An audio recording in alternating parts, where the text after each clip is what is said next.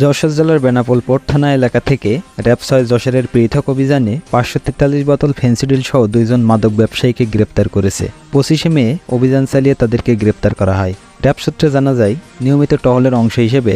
RAB ৬ CPC ৩ Jessore ক্যাম্পের একটি আভিযানিক দল ২৫শে মে সকালে গোপন সংবাদের ভিত্তিতে যশোর জেলার বেনাপোল পোর্ট থানাধীন পোর্টখালী ইউনিয়নের উত্তর বারাপোতা গ্রামে অভিযান চালিয়ে রাজু আহমেদ ওরফে সুমনের বাড়িতে বিক্রয়ের জন্য রাখা ৩৭৫ বোতল ফেন্সিডিল সহ রাজু আহমেদ সুমনকে গ্রেপ্তার করে। এ সময় উপস্থিত সাক্ষীদের সম্মুখে গ্রেপ্তারকৃত আসামি স্বীকারোক্তি মতে তার বাড়ির গোয়ালঘরে বিশেষ কায়দায় লুকিয়ে রাখা ৩৭৫ বোতল ফেন্সিডিল তার নিজ হাতে বাইর করে দেওয়া মতে উদ্ধারপূর্বক জব্দ করা হয়। পরবর্তীতে একই তারিখ সকাল ১১টায় অপর এক সংবাদের ভিত্তিতে যশোর জেলার বেনাপোল পোর্ট থানাধীন পোর্টখালী ইউনিয়নের দৌলতপুর গ্রামে রহমত মোল্লার বাড়িতে অভিযান